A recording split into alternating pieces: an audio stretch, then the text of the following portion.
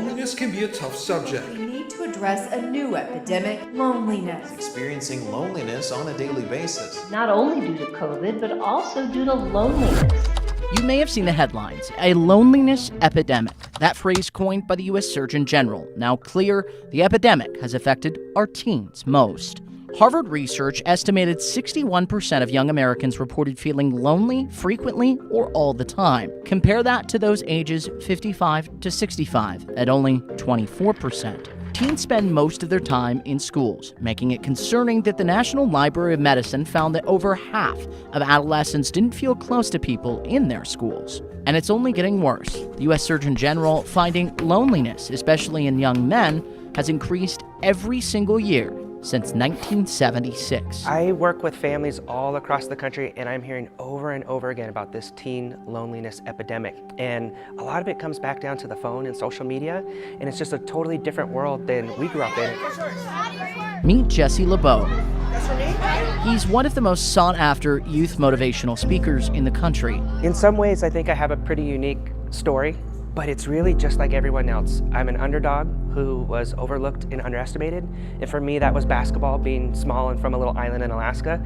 But as I tell that story, it's not really about me, it's about every person that's listening. And they start to see, oh, he's an underdog just like me. His story cutting through that loneliness, putting the phones down to connect with kindness. I feel like I don't fit in because I have a speech impediment, or my family doesn't have a lot of money, or I feel like I don't have friends. And so they put themselves in my shoes, and that's how we start to connect and bond and build rapport. The teenagers are trying to figure out who they are. They are struggling hormone changes and mental health and stress and pressures from sports and schoolwork and friends. Pam Hayes is with Utah-based Stand for Kind, an organization that aims to cut through those pressures. Stand for Kind started about 15 years ago. We work in schools on mental health, anti-bullying, suicide awareness, and kindness. We do teacher training, resource officer training, parent training, and student training. Kids are still struggling, parents are struggling, anxiety and depression is high right now. We really got to break the stigma and keep talking about it. It's not a one-time we talk about it and done.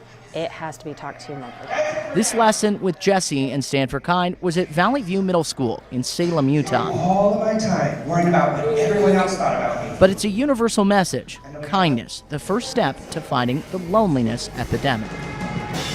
We watch the kids take the challenges and go back to the classroom and in their school to work it out. And then we work with the schools. The schools are doing initiatives. As a school setting, we have to understand that we're bringing 1,000 people together every single day, and we don't know the background of every single student and every single staff member. Making sure they can recognize what's bullying, how do they set boundaries with their friends, if this is anxiety, how do they get help, who do they reach out to. But for your teen at home, it doesn't take all of this to start the conversation. We need to talk about mental health.